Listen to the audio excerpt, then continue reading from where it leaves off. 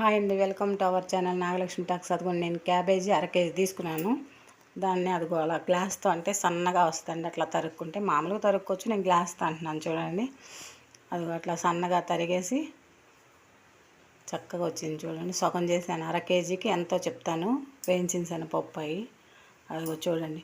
3 స్పూన్లు వేయించిన శనగపప్పు, 8 ఎండుమిర్చి, కొంచెం ఎండు కొబ్బరి, వెల్లుల్లి రెబ్బలు, జీలకర్ర అదిగోండి తీసుకోండి.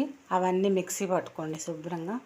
వేయించే పని లేదు, వేయించిన శనగపప్పే కదా. మిక్సీ పట్టుకొని పక్కన పెట్టుకోవాలి. తర్వాత 2 స్పూన్ల ఆయిల్ వేసి తాలింపు వేసుకోవాలి. జీలకర్ర, ఆవాలు, పచ్చిపప్పు, మినపగుళ్ళు వేసుకొని అదిగోండి తాలింపు వేసుకుంటున్నాను చూడండి. దీనికి ఇంకేం అవసరం లేదు. కరివేపాకు ఉంటే వేసుకోవచ్చు, లేకపోతే లేదు. అదిగోండి తాలింపు వేగాక ఈ సన్నగా కట్ చేసుకున్నాం కదా, అది వేసేసుకోవడమే. అసలు నేను క్యాబేజీ అంటేనే తిన్నండి. అట్లాంటిది ఇలా చేసుకుంటే సూపర్ టేస్ట్ ఉంది. రైస్లోకి బాగుంది, చపాతీలోకి బాగుంది. నాకు అసలు ఈ స్మెల్లే నచ్చదు క్యాబేజీ కూర, కానీ చాలా బాగుంది. తింటే కూడా మంచిదండి అసలు క్యాబేజీ.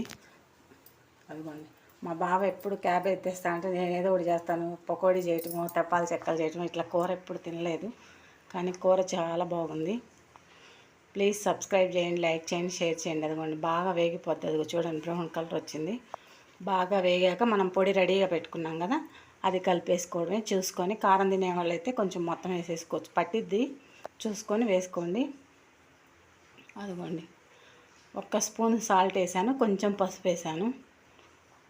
ఉప్పు కూడా చూసి వేసుకోండి మీరు, మనకి రుచికి సరిపడా. కొంతమంది తక్కువ తినే వాళ్ళు ఉంటారు కదా, దాన్ని బట్టి వేసుకోండి.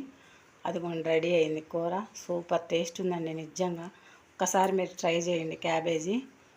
అదిగోండి చపాతీలో బాగుంది, రైస్లోకి బాగుంది. ప్లీజ్ సబ్స్క్రైబ్ చేయండి, లైక్ చేయండి, షేర్